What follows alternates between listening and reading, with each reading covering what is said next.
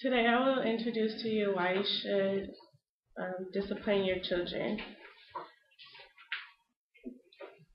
How many of you believe that parenting is a way? How many of you believe that parenting has to do with the way your child behaves? What's considered a good child in you guys' eyes?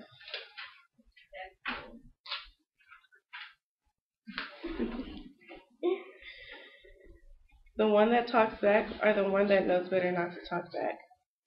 How many of you grew up getting spankings, timeouts, or being yelled at as a kid?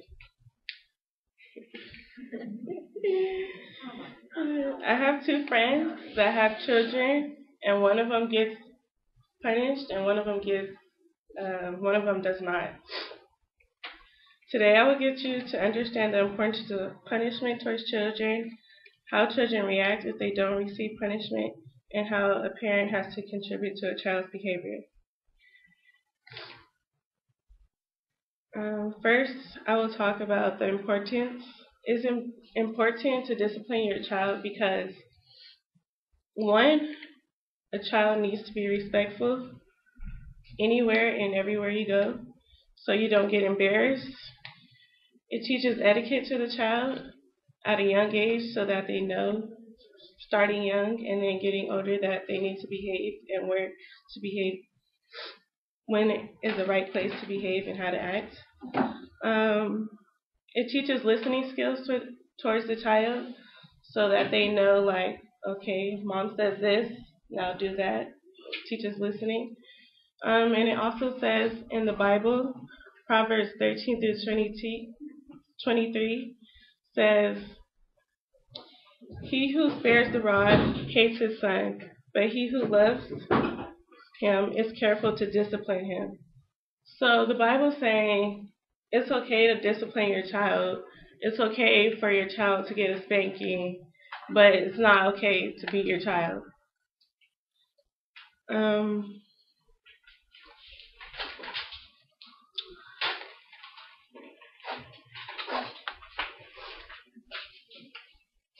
Also in the Bible, here are some other verses that prove to you that disciplining your child is okay and why you should discipline them. Hebrews 12:7, endure hardship to discipline. God is treating you as sons, for what son is not disciplining by his father. And Deuteronomy 8:5, know in your heart that as a man disciplines his son, so the Lord your God disciplines you.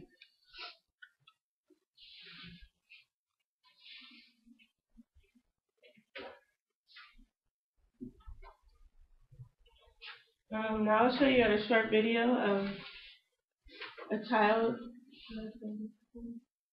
how to discipline children. How to discipline your toddler without spanking. Toddlers are often headed for trouble, but you can steer them in the right direction without spanking. Rules, a keen eye, positive reinforcement, and patience. Step 1. Kids like knowing what the rules are and how to follow them. Be consistent with the boundaries you set in order to teach your toddler how they should behave. Step 2. Distract your toddler before they misbehave by calling their name. Then, shift their attention to something new. If they are about to finger paint a wall, firmly say, "We don't do that," and quickly ask for their help with a game or household chore. Step 3. Don't respond to temper tantrums. This demonstrates that their dramatic displays will not gain the control over you or the situation. Step 4. Use timeouts, but not until a child is at least 3 years old. Before this age, most children don't understand the concept. Limit timeouts to 3 minutes or less and avoid putting the child in their bedroom during this time. Otherwise, they may associate their room with punishment. Step 5. Rely on positive reinforcement to train your child to behave. When you catch them being good, by sharing or cleaning up, for instance, tell them what a good job they're doing. Make it easy for your child to do the right thing by avoiding situations that set them up to fail. Don't expect them to sit in the nail salon for an hour when they are tired or hungry. Step 6. Don't hit your child, no matter how badly they behave.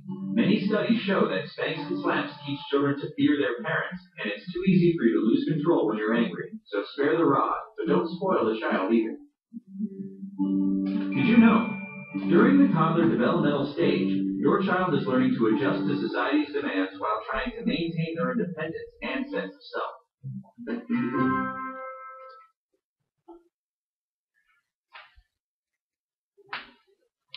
Okay, so I have a friend who has a 2-year-old, and he's always around girls. He's really aggressive, and he always says no. He thinks no is the answer to everything, and he knows, he understands no is not okay. So I tell her, like, you should punish him and you should tell him no, it's not okay. But she doesn't, because that's her baby, and she doesn't want to hurt him. But really, it's really only hurting the son. He goes to school, and they have nap time, and the little baby, he doesn't go to nap time. The teachers have been fed up with him trying to get him to lay down during nap time, and he just says no, he doesn't want to do it. So he walks around playing while everybody else is having nap time. So it's hurting him, and it's hurting the other kids around him too. Moving along, parenting your child has nothing to do with,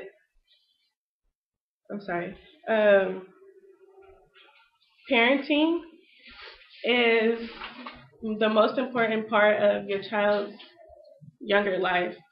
Your child knows nothing but what you expose to them. So if you expose good things to them, your child will talk good and know better.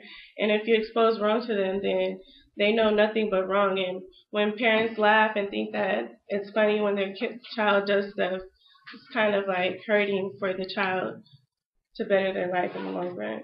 And they'll think it's okay when they go to school and get older, and they'll think it's okay for them to be defiant and not have discipline. Today I share with you the importance of punishment, how a child behaves if they don't receive punishment, and how a parent has to contribute to a child's behavior. In conclusion, I hope that you guys, when you guys have children one day, that you express to them that disciplining is important and not just let them do whatever they want.